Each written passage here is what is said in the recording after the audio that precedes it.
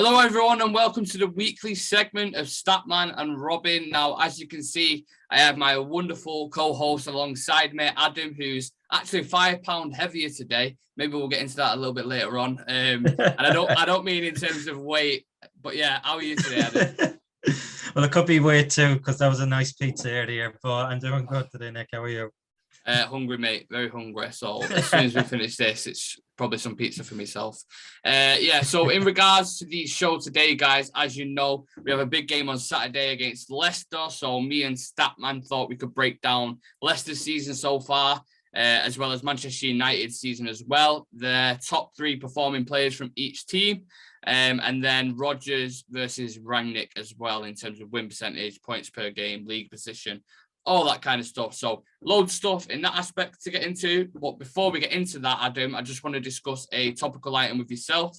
I imagine you've probably seen this, but Harry Maguire, who's actually played for both Leicester and United, so that's a nice coincidence, all things considered. He got booed off the pitch last night at the end of the game, which has sparked a debate. A few people saying, fans have every right to be critical and boo because they pay the hard-earned money and sit through every single game. Then there's players and the manager as well, Southgate, I think, calling fans a disgrace for booing him and telling them they shouldn't be supportive and shit like that, basically. So it's all kicking off with England. But my first question for you, Adam, should players be coming out and telling fans what they should and shouldn't do? For me, no. The fans pay their wages. They go to the games. They support them. So for me, the players, they don't really have a leg to stand on in that sense, because these fans, they go to these games. If you play well, they will support you. It's always been the case. They'll sing your name, and if you're going through a bad period too, they might become annoyed at you. We've seen that all too familiar with Manchester United this season, especially with Harry, as we're mentioning now, and Marcus as well. So for me, the fans have every right to boo. They have every right to sing their praise, and it's just a bit of. Hopefully, he can pick up on these bad performances and actually react to that and try and shut them up. Then, well, that's my mindset anyway. How I would react to it. Do you know what crossed my mind instantly as soon as I thought of it? I thought, fucking hell, you're lucky you're not at Real Madrid. Could you imagine if Harry Maguire was at Real Madrid? He'd be getting pitchforks thrown at his head and everything. They would be after him like a mob with fucking flame torches and shit, like outside his house, I imagine. Because their fans there, they take it to like a next level. You've seen that with Gareth Bale there. So I think being booed, it's always happened in football. You go as far back as 100 years or whatever, people have always been booed. So you paid well enough, I think, to take that on the chin. Exactly. That's part and parcel with the game, I think. Crack on with that. And selection-wise, Adam, is it justified he's picked because he's played well for England, or because he's been so bad for United, he shouldn't be in contention at all, and maybe someone like Tomori should have started? Yeah, for me, he shouldn't be in contention. He's just been performing so bad. Like, it's gotten to the level where he's consistently bad. That's how bad it's gotten for him. You see the likes of players who have got played into form and who are playing really well, like Jadon Sancho, and I don't believe he's actually in the squad at all, is he? Nope. No. Which baffles the mind, honestly. So it's football politics at the end of the day. We've seen it all the time at Manchester United. He's always starting. I don't know how. No matter what he does, he's going to start. He can be the worst player on the pitch, and the next week he's going to be playing again. It's pretty much now the same for England. It feels like that. I'm not an England fan, but I won't be too happy to see him starting, especially before a World Cup. Yeah, exactly. And it begs the question as well. Are they doing it? Are they starting these guys because of what? So I think Southgate mentioned that, saying, well, he's always done well for us and he's always been solid and blah, blah, blah. And I think, there's two reasons for that. One is because you're pretty much Ollie Ball 2.0, like just a little bit more progressive than Ollie. So he's protected well, especially with Rice and whoever it is in front of Bellingham, which is like a quality midfield, like one of the best midfields in international football, I think, together. And then you've got the fact, what was the other point I was going to make then? I've just had my brain's just gone. All right. But yeah, basically. Like Maguire on the pitch. Yeah. But and then you look at him for Manchester United, and he's been so bad, so bad. Like, we've had to endure countless shit performances. I keep going back to this stat, but it just highlights how shit he's been. Like, when I mentioned the 16 goals that he's given away, or he's made mistakes individually or collectively with someone else, that ain't a captain. That ain't a leader. Like, so if I'm a manager and I'm thinking, yeah, he's done all right for England and stuff, but what if he carries them performances into the World Cup when that officially starts, and he starts dropping clangers and falling over his own feet and stuff in an important game? Like, then you can't really, in a league game, it's one of them, it's 3 points, you dust it off and you move on and you try again. In a knockout tournament, once you're out, mate. That's it. Yeah. So I think it's risky to keep playing him, but to be honest, I know we mentioned Tomori then. That's the only other obvious one I can think of. Apart from that, we're not great depth for centre-backs, are we, really? We've got John Stones and Tyrone Mings, and then you look past that, who else is there? Yeah, and you think you're blessed with a lot of talent around the pitch in midfield, up front, but at the moment, there doesn't seem to be a clear, obvious, really, really talented English centre-back at the moment. I think, was it Connor Cody was playing for a while? Cody's good in the back five, but I'm not sure about him in the back four. And England play that 4-2-3-1, don't they? So yeah, that's yet to be seen with Connor Cody. And then you get into like your Michael Keanes and shit like that, and then that's just let's not get into that chat. But Maguire's a massive. He must feel like the weight of the world is on his shoulders at the minute. And I feel like there's a thin line. Well, there's not a thin line, but there's a line between sort of booing and being passionate about United, and we've called Maguire shit on here before and all this kind of stuff. And then it gets to a point where you start getting a bit abusive, and then getting a bit personal, which I don't agree with at all. Like, you see Twitter is such a toxic place. You can go. If you go on your phone now, Adam, for example, and you click on any Maguire status you want in the past, I don't know, 5 days, there'll just be raw abuse underneath it, saying you prick, you should be playing in League 3, you're not a captain, and blah, blah, blah. Like, it's extremely harsh. So I can kind of get how that would get to a player, but again, you're in the limelight, aren't you? This is part and parcel of football, unfortunately. But it doesn't warrant abuse. Definitely not. No.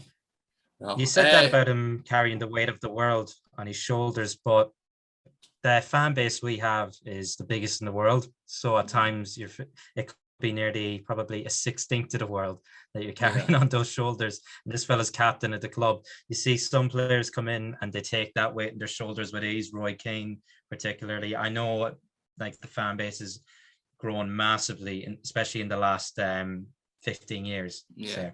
But globally as well. Globally, but you're at the club with the most fans in the world. You have to put in consistent cup performances, especially for captain. You have to be the most, if you're not the best player on the pitch and you're captain, be the most consistent at least. Exactly. You see it with Azpilicueta at Chelsea. He's the most consistent player they probably have up there with N'Golo Kante. And he never drops anything less than a 7 out of 10. And that ultimately has a decline on the whole team, because if you're captain, your leader, everyone who's looking at him in training, and the things he's doing, they're like, that's the levels, that's the benchmark. Yeah, when you had young players, even like, I'm not even going to go back to the 90s. If you look at when Rio was captain, or Giggs or Neville or whatever, then young players coming in and thinking, wow, I've got to get to that level. That's how good I've got to be to stay in this team. Now they're coming in and looking at Maguire thinking, mate, if he's putting in performances like that, 4 out of 10s every week and still getting game time, I can do the exact same thing. It's just setting an example. You've got the clash thing with Ronaldo, which is always going to happen, 30 odd trophies, won everything there is in the game. And then you've got Harry Maguire, who's been relegated 3 times, hasn't won anything. So there's always going to be a massive, massive clash there. However, just one more thing on Maguire. This may be a bit of a controversial opinion, but I think if you was to put him in Chelsea's team, for example, where you've got Rudiger, Azpilicueta, and you put Maguire in the middle, maybe in a back 5, I think he'd be okay. I think he'd be all right, because he comes back to the thing where he's protected, and you're not necessarily, if you're playing a high line, you're not got 2 years. It's less risk averse, if you know what I mean. So I think if you put him back in a back 5, a stable, defensively solid team, I think he'd do okay. And don't make him captain, take that pressure completely off him. Yeah. I think you might see him flourish, because I've seen him put in performances before. Let's not pretend that he hasn't put in any decent performances. Like for England at the Euros, he's phenomenal. Got in team of the tournament, played really well. I get that. And then the last 6 months of last season, it was really good. But he is exposed in a Rangnick system, and I think it'll be even worse if Ten Hag comes in. The way he likes to build up from the back with the vertical runs and stuff, I think he'll be a lamb for slaughter if Ten Hag comes in. So, yeah, interesting to see how it's going to develop on Maguire. And then obviously Saturday we've got a game against Leicester, against his old club. Be interesting to see if he plays there, how rusty he is, if he's still sort of dangling about and tripping over his own feet. So yeah, that's yet to be seen. But yeah, Adam, let's dig into the stats. That's what we're here for. It's Statman and Robin, of course. If you want to go first, and then once you've gone through some of yours, I can mirror my stats to yours. Obviously, you're doing Leicester and I'm doing United. So without further ado, Statman, let's get the show on the road. Okay, so 3 kind of players that I picked out: Ndidi, Maddison, and Jamie Vardy. They're 3 best performers this season, and I thought Ndidi was a good one because for me, he's the player that we're missing in that midfield destroyer. I'm more pushed now to get someone like a Chouameni because they're a bit cheaper. They probably will be, and like Leicester have absolutely bent us over for money, given who we mentioned just previous. So yeah, on to the stats. Ndidi this season, an average rating 7.02, quite good, even though they're not having the best season. Do you wanna you do one, I do one, because I'll go with Fred, yeah. So you said what did Ndidi get then with the average rating? 7.02. And Fred's got 7.04 average rating. Okay, interesting. Games played, 19 games played, 18 starts. Yeah, Fred's got, I don't know when he starts, I don't think, but he's played 23 games for United. Okay.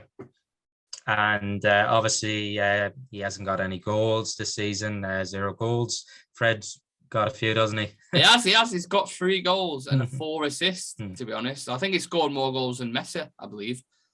And he scored more goals than Neymar. There you go. And especially one with his weak foot. No, one with his weak foot outside the box. Yeah, right foot against Palace, wasn't it? I think.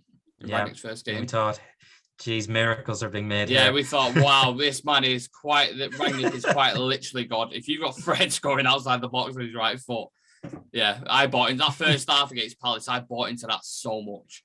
I saw that and I was like, oh my God, we can challenge for the title. That's the levels I was at watching the first half. I was like, Jesus. But for me, watching that performance, I don't think I've seen us play better in probably since, you could argue, maybe 1 or 2 under Ollie. That was it, but it was never in that spell of the pressing that we showed, chance creation. Like, it was just something else, that performance. Yeah, 100%. So Ivy's touches, he averages 65.9 per game. So Fred's is 63.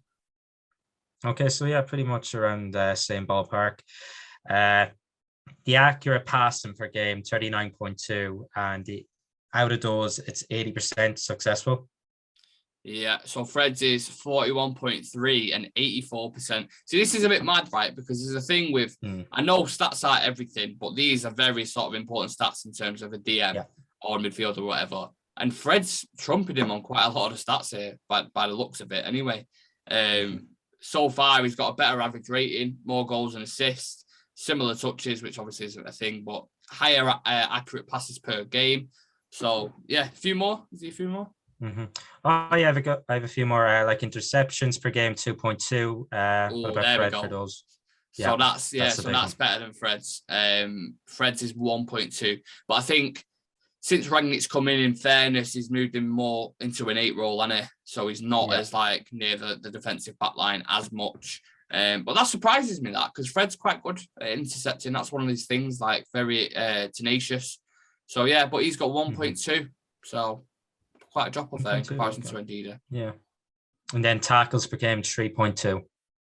Yeah, Fred's is 2.5. So again, dropping off in that aspect.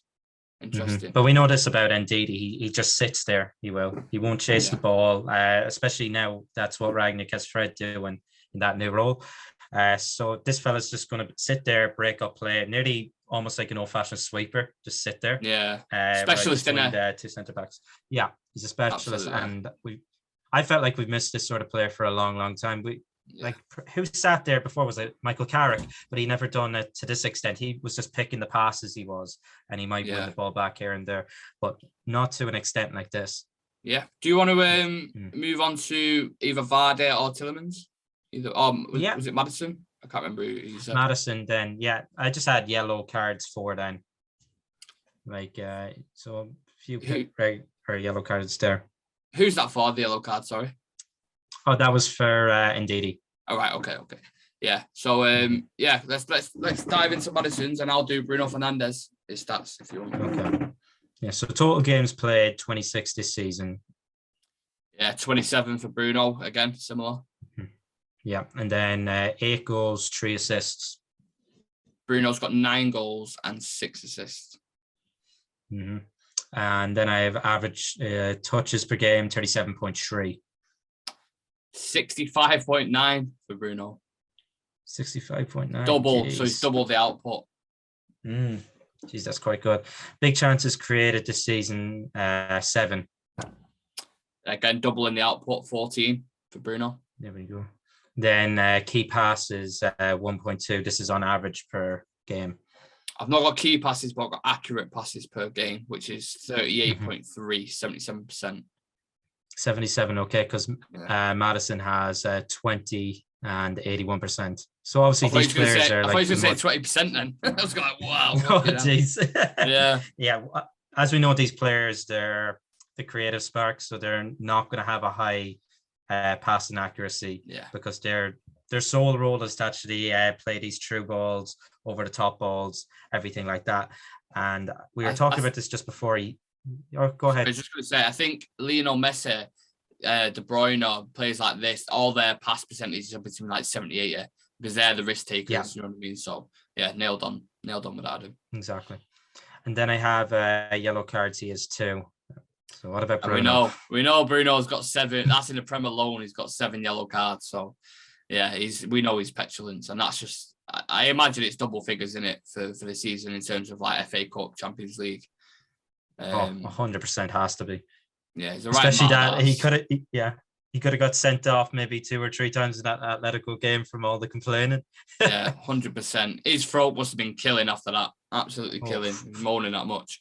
Any more stats on? That's all I have for Maddison at the moment. Do you have any more for Bruno? Yeah, so just a couple more. Big chances missed, 6 for Bruno. Possession lost, 18.8 times.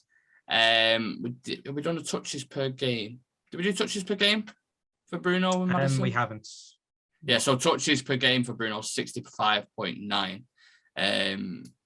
So that's the Bruno and Maddison comparison. A lot of them very similar. I felt like Fred and Ndidi were very similar in areas, and then Maddison and Bruno were similar in a few. Now this is the one I want to get into: Ronaldo and Vardy. So if you want to start off with Vardy, and then so he has an average rating 7.11. We know they're both on the older side as well. Jamie Vardy is 35. Ronaldo, I think, is 37 now. Yeah, just turned 37, and Ronaldo has an average rating of 7.28. Sorry. Okay. Vardy this season's played 18 games, so a bit less. I think he was injured for a short period in the season. He's missed, it must be nearly 10 games then, because I think we're on about 27, 28 matches played this season. Yeah, and Ronaldo was out with a hip flexor as well when he's had 24 games, got 12 goals and 3 assists. Okay, 12 goals, 3 assists. Jamie Vardy has 10 goals and 2 assists this season. So again, he's in double figures, and he must be up there with some of the longest, double-digit goal scores. In the last his few records. Seasons, he has to be. Yeah, his record's second to none. And you could argue if he had the same amount of games as Ronaldo, he'd be on similar stats. Again, Jamie Vardy's always up there, like with the likes of Harry Kane, Aubameyang, when obviously he was popping off in the Prem. Like Vardy's always been there or thereabouts. Great to have in fantasy IT team. I have him every year. Quality player. Like, again, we was mentioning before, before we became live, Adam, about how good of a signing it was to get him from, I was going to say Fleetwood Mac, to get him from Fleetwood, not the band, to get him from Fleetwood, the team, for, did you say it was 1.2 million? 1.2 million to sign them from. Ridiculous. One of the greatest Premier League signings ever. Has to be up there. Has to be. Won the Premier League with him as well. Like, his story from the bottom to the top is phenomenal. So I respect him very highly, obviously, as well as Ronaldo. He has a record too. He broke Ruud van Nistelrooy's wasn't it consistent goals per game. Yeah. I think it was at 11 or 12 he ended up getting, and he broke the record against, who do you think? Who was it against, Dan? I can't remember. Us. Was it against us? Yeah. Oh, it was us. Yeah. I remember that one season when he got he was terrifying defenses in behind with his little synchronized runs and stuff. But it was one when it came over the top and he volleyed it from outside the box. I don't know if you remember it, like on the half volley. That was against Poole, wasn't it? Yeah. Love that goal. Absolutely love it. And that was kind of during the run as well, during that consecutive run that he was doing. So phenomenal player, phenomenal talent. Any more stats on him? Yeah. I just have his where is it? Big chances missed. He's missed 5 this season, and he averages 2.1 shots per game. Ronaldo's big chance missed 13, which is a lot for Ronaldo. And then what was the one you just said then? Sorry. Just how many shots per game he averages, 2.1.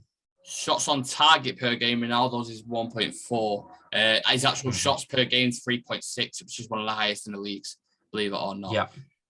So, again, Ronaldo, he's coming to criticism for the right reasons for me, because he had that patch, especially in December and January, when he was getting chances. You'd think Ronaldo would eat for dinner all day of the week, twice on a Sunday, and he just weren't putting him in. He missed a penalty against Middlesbrough, which I know people can miss penalties, but when you've got a standard of Ronaldo that's so high, like it's one of them. A few more stats on him. So I said shots per game, 3.6. He's got a scoring frequency of 100 every 160 minutes. Goals per game, 0.5. Successful dribbles, this is one I wanted to point out because he's got 0.7, 63%. And I always say, you see him in a game, he tries to be the old Ronaldo, you know, when he was on the wing, like popping the ball out, free step overs, and he always gets tackled, always, because he hasn't quite got that pace anymore. His feet aren't as quick to get like nimble to get around the player. So yeah, successful dribbles, 0.7, 63%. And he has 38.3 touches per game. So some good stats for Ronaldo there, but some a bit concerning, I'd say. Yeah, I have Jimmy Vardy's scoring frequency, 140 minutes. 140, 20 minutes better than... Yeah, that's what I'm saying. If he had the same... I think he could potentially still finish above Ronaldo on goals. I know Ronaldo's, I think he's joint second now with Diogo Jota and Son, maybe. Yeah.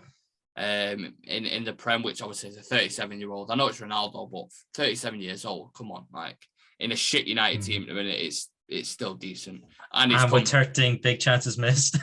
Yeah, that's what I mean. It just makes you think, doesn't it? And obviously he's come clutch in the Champions League as well. So he's still having a relatively good season, but for Ronaldo standards, it's not been as good. Yeah, so that's the 3v3. Do we want to go into Rodgers versus Rangnick? Unless you got anything else, Adam, to touch into? No, I have nothing else. We can dive into that. Yeah. So I have basically Leicester's league stats here.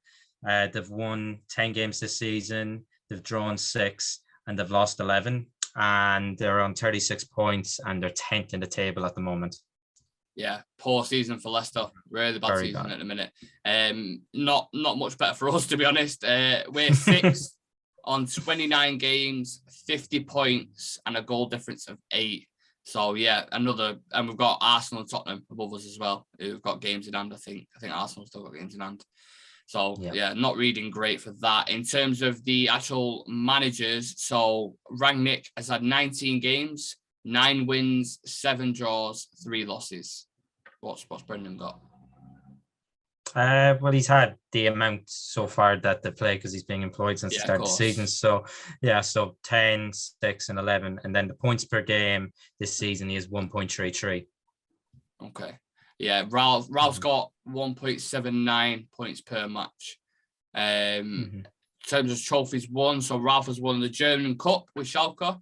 He's won 2 Austrian champs with Salzburg. He's won 2 Austrian Cups with Salzburg. 1 German second tier with Hanover. A German League Cup winner with Schalke and a German Super Cup winner with Schalke. Not bad. And for Rodgers, his first honour, I suppose you could say, was the playoff final in 2011. Then he went, obviously we know he went to Liverpool. He didn't win anything with them. He went to Celtic then, and he won the SPL in 2016, 17, 18. He's won the Scottish Cup then in 17, 18 and 18, 19, and then the Scottish League Cup in 16, 17, 17, 18, and 18, 19. So he found out how to win cups at Celtic. I know it's you could argue it was a one-team league, but you've seen Rangers in recent years now. They won it last season, they did. So they've kind of broken that spell. I think Celtic were on course to win 10 leagues in a row. Then he went to Leicester. He won the FA Cup with them, as we know. He also won the Community Shield as well. And I'm trying to think who they played in that FA Cup final. Chelsea won it. The Chelsea, yeah. Sure, I think it was Chelsea. Tielemans scored. Because I just have he did, yeah. I have vague memories of the owner coming onto the pitch holding it up because they have such a it's a complete polar opposite. Owner's son won it. Relationship. Yeah. Yeah. The owner's son came on. We know he passed away in that helicopter crash a couple of years ago. But it's complete different, how the feeling is around the club with the owners there. The Leicester fans loved their owner. They love the owners now, the family, and we absolutely despise ours. I was about to say, I could never, ever imagine a scenario where we've got, I don't know, say it's Ten Hag next season, we've got Ten Hag with the FA Cup and then the Glazers next to him like that, and all the players are like that. I just could never see it because I've seen it happen with the Buccaneers, Tampa Bay Buccaneers, when they won the Super Bowl. And when they win over there, the actual owners lift the trophy and claim like the success for it. And you've seen the Glazers like that with the trophy, and I was just thinking, oh Lord, can you imagine if they came onto the pitch? United fans would kick them off. They'd run on the pitch and throw them off the pitch. Have they come to any of our finals where we actually got to the FA Cup final, maybe against Chelsea, the Europa League final? What else were we in? The League Cup final too. I don't think they were there. I don't think it was at Europa League. If it would have been, there would have been one. It would have been Joel Glazer because he does the main things in that club. He runs it more than the others. I doubt that a lot of them were there in the finals. I'd probably put one in. I don't know off the top of my head, but yeah, I seriously doubt it. If I had to guess, because we know what they're like. Let's be honest. And if you look at just taking it back to Brendan Rodgers, Adam. This season, he's completely ruled himself out of the United job now. And do you remember the links in December? Oh, and he was saying, "Oh, he's looking at a house in Cheshire and all this kind of shit." All right, here is it. Okay. Yeah, completely ruled it out. The season, you could say the same about us. Our season wasn't great. He's not having a good season now, but they'll stick with him. I think he's at his level now. I don't think he's going to be, someone to win a Premier League title. I could say that, and then they could win it next season. They won't. But given the clubs, the position that we're in now, especially around us, Arsenal, Spurs, Wolves now are kind of nearly in the equation. They should be up there with us. If they weren't having a disastrous season, they could nearly be competing for fourth as well. And that's where we've kind of come to expect them to be fighting now, near the 5th, 6th place. You could argue. Yeah, because we've always praised their recruitment, haven't we? Look at players like Tielemans and Ndidi, phenomenal players. Maddison's a really good player. Jamie Vardy, I know he had a bit of an injury, but still very good player. You've got like Harvey Barnes on the wing for him, very good. Ricardo Pereira, the wing back's good. The 2 centre backs they've got are okay. I don't mind him saying Chu and Johnny Evans. Obviously, I'd rather have Johnny Evans than Maguire in a minute. And then Schmeichel's a really good keeper as well. I like him. So they've got good players, man. And they've got a few young players coming at Luke Thomas, I think it is, in left back, who's developing nicely. They've had injuries to Wesley Fofana at centre back, who's a very good player. And who else is injured as well? There's another one. Jamie Vardy was for a while. Yeah, Jamie Vardy was, but there's another Justin, I think it is. Who was at wing back, who was developing really nice under him and got a massive injury. So, yeah, in terms of the squad, they should be higher than 10th or whatever it is they are. Like, they should be fighting with us at Arsenal and Tottenham for top 4, I think, anyway, with the squad that they've got. 100%. On the flip side, Ralph has done a relatively good job, all things considered. He's actually got an average of 2 points per game in the Prem, and a lot of them draws, as we know, Adam, should have been wins. But what are your thoughts on Ralph's time here, and are you excited for him to go upstairs and make a big impact? Yeah, for me, when we announced that he was coming and then he was going to join the board later as in the consultancy role, I was more excited about that. Because just to have a football brain on the board, we don't have any. We have maybe 1 or 2 former players, but it's their first time in a job like this, so they don't know what they're doing. No one knows Fletcher's role either, so we don't even know what he's doing. To be honest. Yeah, Ralph doesn't even know it. Yeah, like what a mess.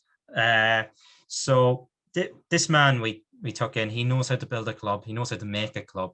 And that's why I think the next manager is going to be very, very key, because they're going to be working close with him. I think it's actually good that he had the manager role for a while, because he knows where the problems are. He knows who's causing, that he probably knows who the leaks are. I'd argue he knows fine well who the leaks are, because he'd be well informed about all this. So he's going to tell the next manager, consult the board. Okay, he is an issue. You have to let him go, cut ties with them. And I think it's time to be cutthroat now. But overall, since Ralph has come in, I've actually been happy. I'd rather hold on to him and have him put his own image into the team. If it didn't mean getting Ten Hag, I'd choose. Either way, if Ralph's going to go upstairs, you take Ten Hag. If Ralph was going to stay on, then you take that. They're probably the 2 best options you look at. And the point you made about knowing the issues in the dressing room with him going upstairs, that's perfect, because if Ten Hag does come in, and he's communicating to Ralph saying this guy's an issue, he'll be like, yeah, I'll sign it, no worries, because he knows, he's seen it with his own eyes. Exactly. And sometimes the directors don't get that involved. They rely heavily on management, or they go with the board's decisions, and it's not always that clarity. So having Ralph go up there, I will admit that is, I'm starting to sway more towards that. But either one, I really don't mind. Just a bit on the new manager as well. We put out on our Instagram before Gary Neville's comments, which seemed a bit like it's swaying more and more towards your man, Adam. But so his comments was, Manchester United do tend to sway with the wind, and the wind is towards Ten Hag, so I do think they will go with him. Now, obviously, you can look at that from just like a thing and say, oh, well, he thinks he's going to go there, that's it. But Gary Neville surround Manchester United has a lot of links. He even said it in his Gary Neville podcast after the City game, I think it was. And he said, I know these journalists that are speaking to the players who are leaking stuff, but I'm not going to call them out. And I know who the players are who was talking to him. So he knows what's going on at that club. Don't get it twisted. He knows most things that are going on there. And I think if he's mentioning that, he's probably been told by someone up there that they're probably more than likely to go with Ten Hag. So promising, innit, Adam? It is. I didn't feel that confident for a while. I didn't, but I'm starting to feel it now. I feel like this man is going to be our next manager. I've read kind of things on Twitter that the board are meant to be meeting tomorrow on the 31st of March. So when this video goes out, it'll be today. So they'll be meeting today to consult, to kind of just make a decision, it looks like. So I had a prediction that they might announce it around maybe Easter time. And I think it could come to that. But they could also be saving it if we don't get a result against Leicester. It's like, oh, look, here's Ten Hag. Here he is. That's what I mean. Just to appease the fans. It wouldn't surprise me because they've done this before. As you covered, it's all PR. PRFC. Yeah. I'm just really looking forward to it, though, even if it's the cheaper option than Poch.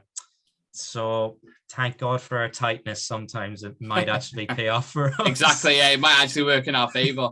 Can we have you maybe pop in some champagne live or something like that if we do get him? If he gets announced and we're on a show, can we either down a beer or pop some champagne? Can you give that promise to the viewers and to the lads on the show? Oh, it's a promise. I'm going to get a ball cap and everything. I'm going to get the blazer out. I'll get everything. I will down a beer with you if you do announce it. When did you announce it? I said last week on a show, I think it was on the, what was it, Sell or Keep, I think. It'll be announced in 2 weeks' time.